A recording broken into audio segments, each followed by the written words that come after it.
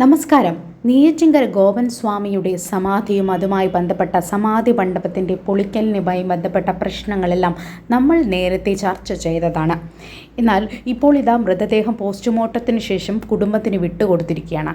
മാത്രവുമല്ല, അദ്ദേഹത്തിൻ്റെ സമാധി മണ്ഡപം വീണ്ടും പുനഃസ്ഥാപിക്കുകയും മഹാസമാധിയായിട്ട് മാറുകയും അതിനെ ഋഷിപീഠമായിട്ട് അംഗീകരിക്കുകയൊക്കെ ചെയ്യുകയാണ്. വല്ലാത്തൊരു സ്ഥിതിയാണ്.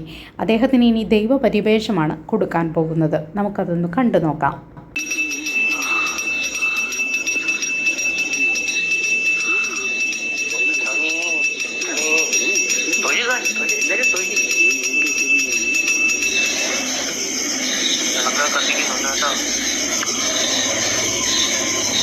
യാത്രയിലൊക്കെയാ പൂജ.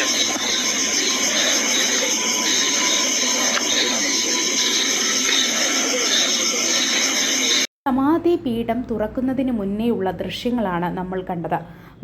ഇളയ മകൻ രാത്രി 2 മണിക്കും 1 മണിക്കുമൊക്കെ അവിടെ പൂജ ചെയ്യുന്ന ദൃശ്യങ്ങളായിരുന്നു അത്.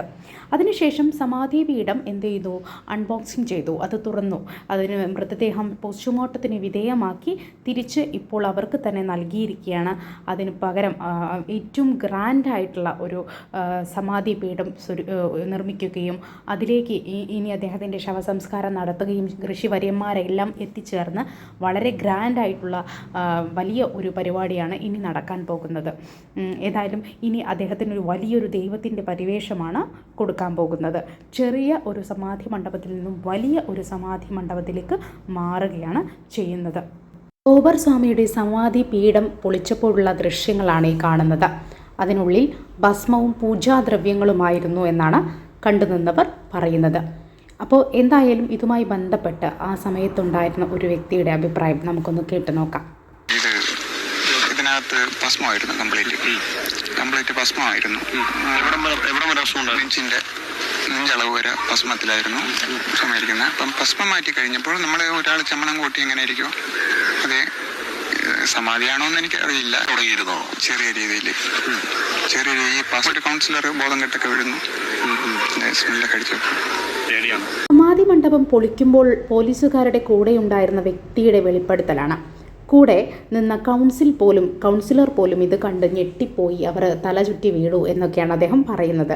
എന്തായാലും പിൽക്കാലത്ത് ഇതൊരു ദൈവിക പരിവേഷം നൽകുന്നതിൻ്റെ മുന്നോടിയായിട്ടാണ് ഇങ്ങനെയൊക്കെ പറയുന്നതെന്ന് നമുക്ക് ഊഹിക്കാവുന്നതേ ഉള്ളൂ.